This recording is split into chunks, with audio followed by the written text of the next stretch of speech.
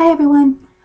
I began my Leap 4 project by using the article Exposed, which our class was presented with in preparation for our Week 6 class, pertaining to the theme of digital citizenship. After reading the article Exposed, I could not help but wonder what legal options are being considered when a person's life is so tragically changed or ended due to cyberbullying and face-to-face bullying.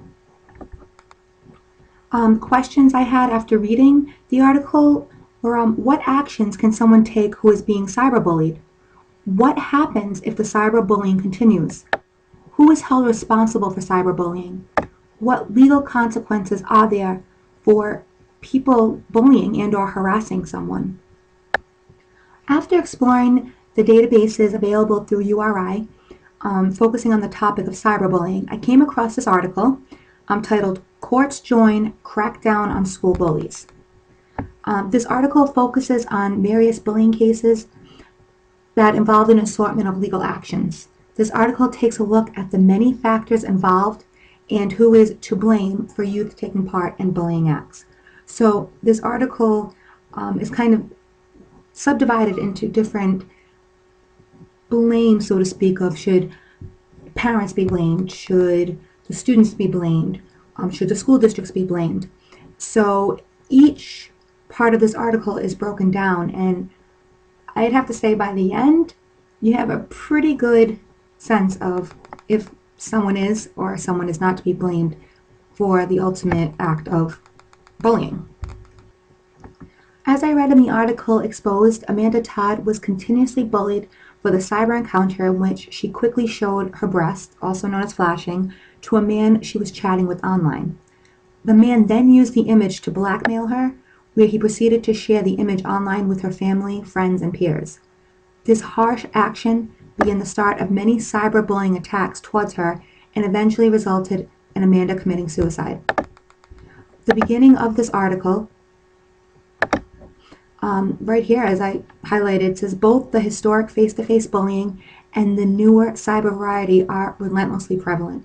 So in the past, before technology was this evolving, technology age that we're in, before that had happened, there was always face-to-face bullying or the whispering or, bullying was there. But now it seems that there's more of a secretive way of bullying and a very damaging way of bullying at that. So due to the cyberbullying, Amanda Todd suffered from depression, anxiety, cutting, and thoughts of suicide. Amanda changed schools, but the bullying attacks only increased, and Amanda found suicide as the only way to end the torment.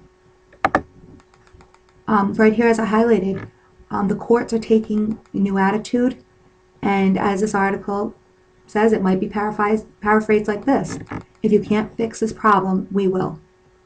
So courts are getting involved, legal action is getting involved, and really it's to just stop the hazardous behavior and to find a way that people can understand how serious bullying is and how it can be life-threatening.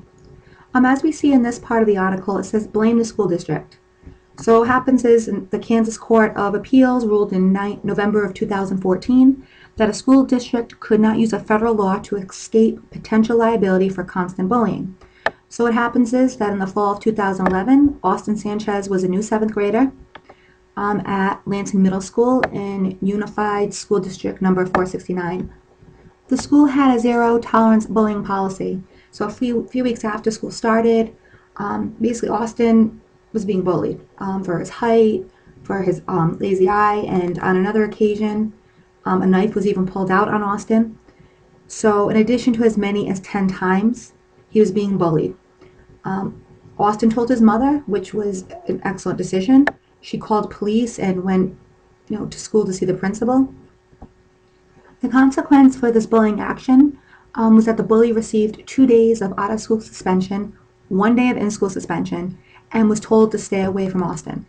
So as I was reading, I had to put in a note over here where I just had to ask myself and ask other readers, does this consequence truly address and solve the problem of bullying? Suspension just seems to delay more bullying for another day, as we see in this bullying occurrence.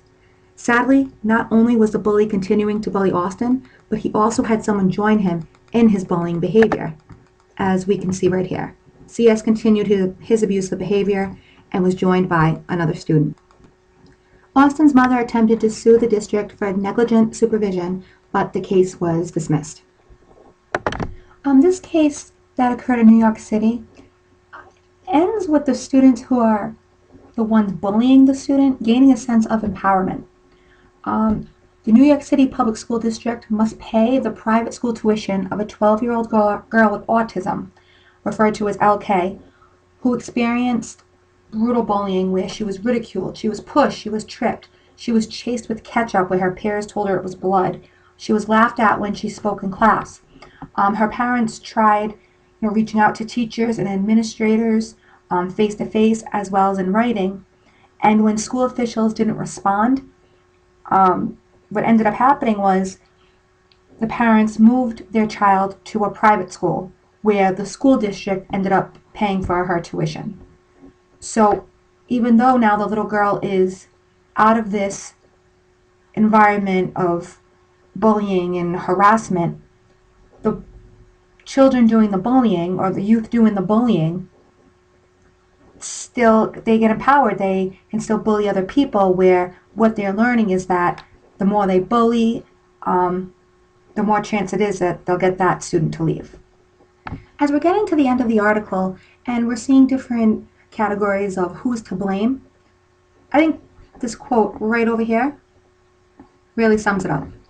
Although the problem of bullying remains intractable, it is not for lack of effort.